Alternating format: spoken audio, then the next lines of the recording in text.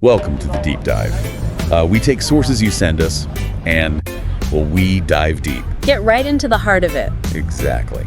So today we have this great little dialogue, really casual, between two travelers, Emma and Alex. They're recounting their trip to Italy. The classic Italy trip. Yeah. And our mission basically is to pull out those, really memorable bits, the insightful moments from their adventure. Maybe give you some inspiration, perhaps? Yeah, for just that feeling of being there. It's amazing how these personal stories, they often tap into something universal about travel itself. It's not just about the big sights. Totally agree. Okay, so let's get into it. Their trip kicks off with a bit of drama. Alex nearly forgets his passport. Oh, that moment. The airport panic. We've all felt something like that, haven't we? Right, that sudden jolt of, oh no. But, it also kind of sets the stage. Even the little hiccups, they become part of the adventure narrative. They really do, and the contrast is so sharp when they actually arrive in Rome. That feeling, the awe at the Colosseum. Stepping right into history. Yeah, that tangible connection. And then, almost immediately after, that simple pleasure. Strawberry and pistachio gelato. Perfect combo. It shows how, the huge historical moments sit right alongside these small sensory joys. Precisely. Grand experiences and simple delights. And speaking of delights, food seems like a big theme here. That carbonara in Trastevere, they talk about it like they can still taste it. Yeah. Food memories are powerful, aren't they? They really are. What is it, do you think, that makes certain meals stick with us like that on trips? Well, I think it's often more than just the taste, right? It's the whole package, the atmosphere of the place, maybe who you're with, the context. The whole vibe. Exactly. It gets woven into the memory of the place itself. It's not just fuel. It's an integral part of the experience. Okay, then they head down to the Amalfi Coast.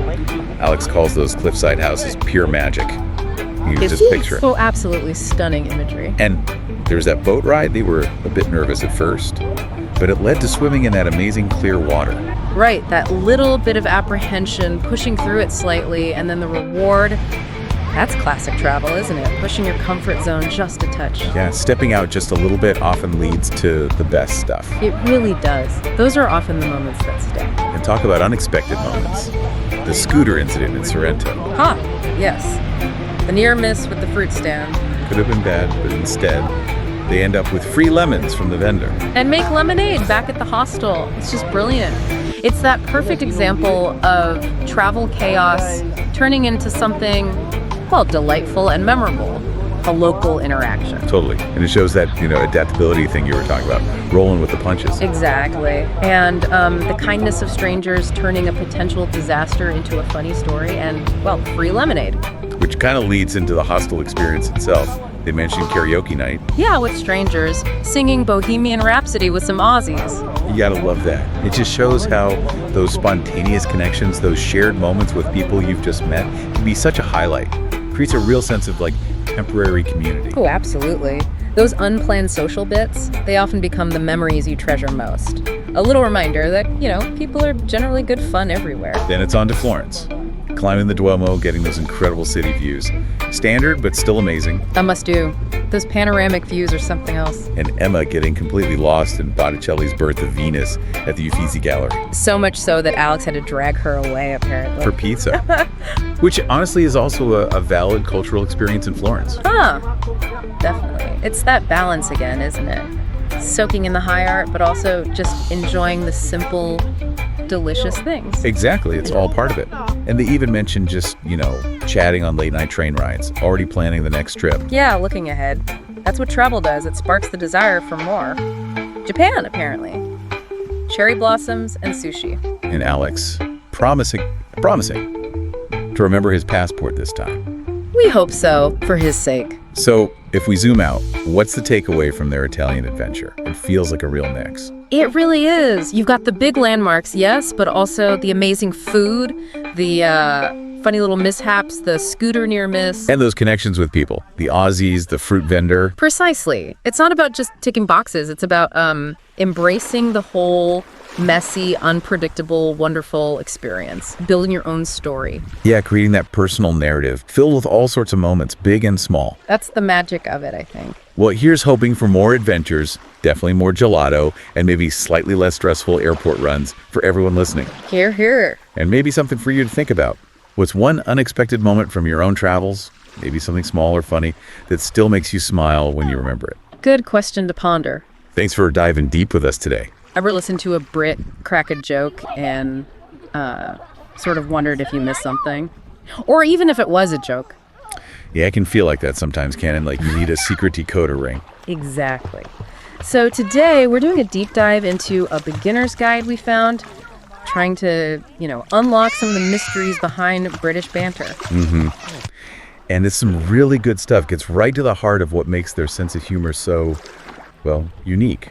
Think of this as your survival guide. Sort of, yeah. Your guide to understanding those sideways smiles and remarks that seem innocent but maybe aren't. Right. Our mission here is really to give you a solid grounding in the basics. So you can hopefully navigate British comedy a bit better, maybe even chuckle along.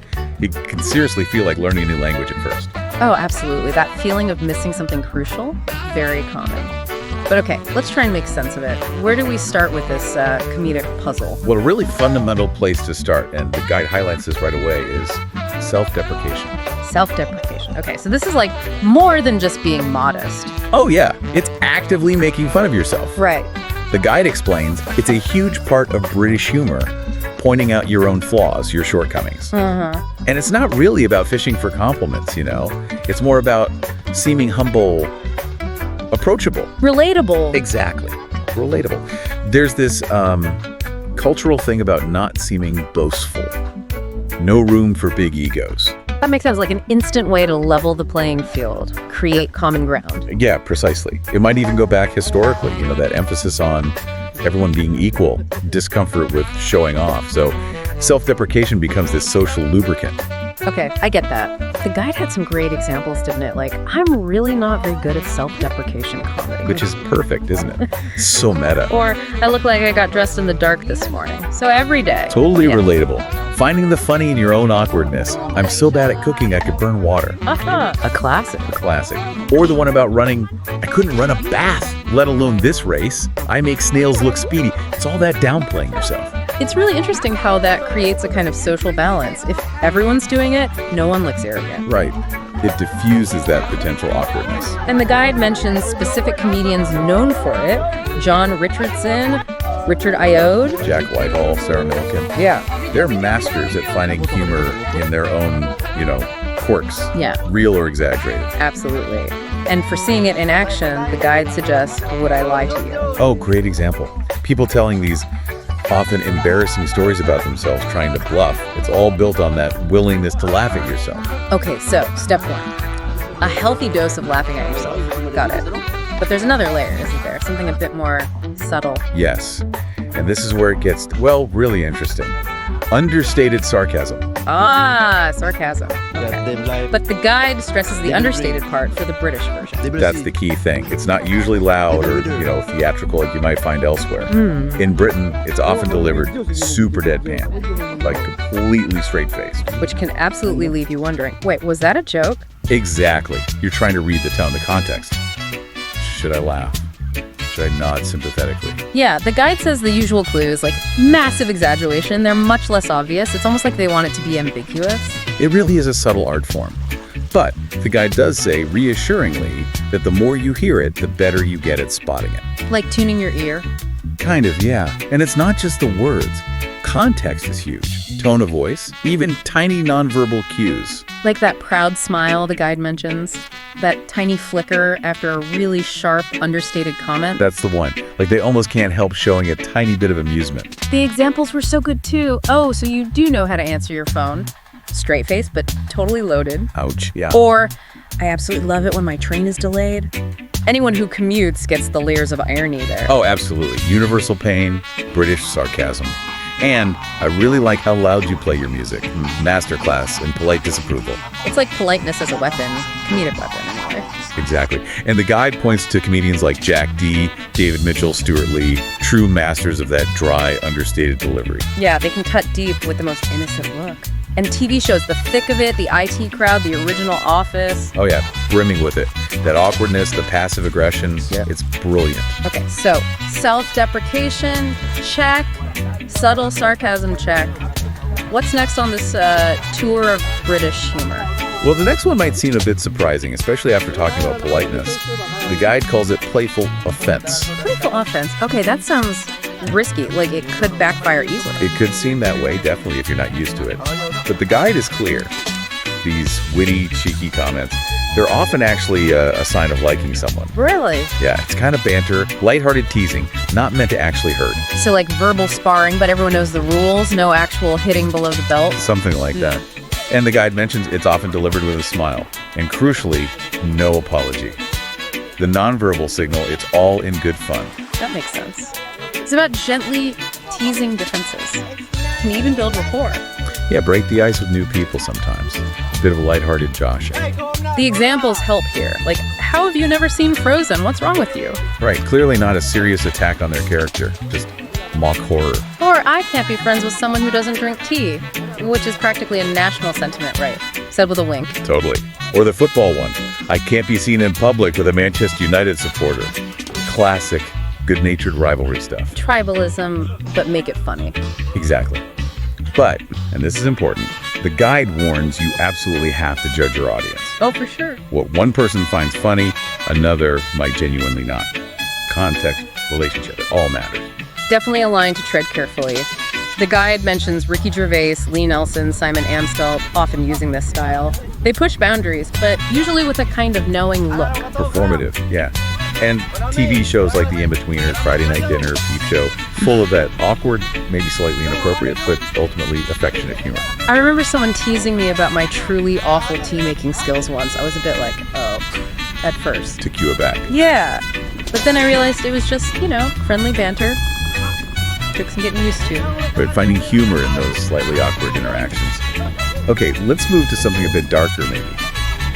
But just as important, finding humor in misfortune. Yes. The famous stiff upper lip gets a comedic twist. The guide says Brits often use humor to lighten up even really difficult situations. That's a really good way to put it. The guide even says very few subjects are totally off limits for jokes. Wow. Now, the key thing is, the aim isn't just to shock or be offensive for the sake of it. It's more that, well, laughter is often used as a release, a coping mechanism when things go wrong. A coping mechanism. Right. Diffusing tension, finding a little light in the darkness. Exactly. The guide points out that misfortune, failure, they're actually pretty common themes in British comedy, as long as the jokes are, generally in good taste. It does mention gallows humor, right? Finding jokes in really bleak situations. It does. Which maybe speaks to a certain resilience, a refusal to be totally crushed by life's curveballs. Yeah, that makes sense.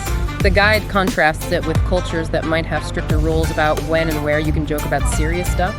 Seems like in Britain, humor is just a very adaptable tool, used almost anywhere. The example given is just perfectly British.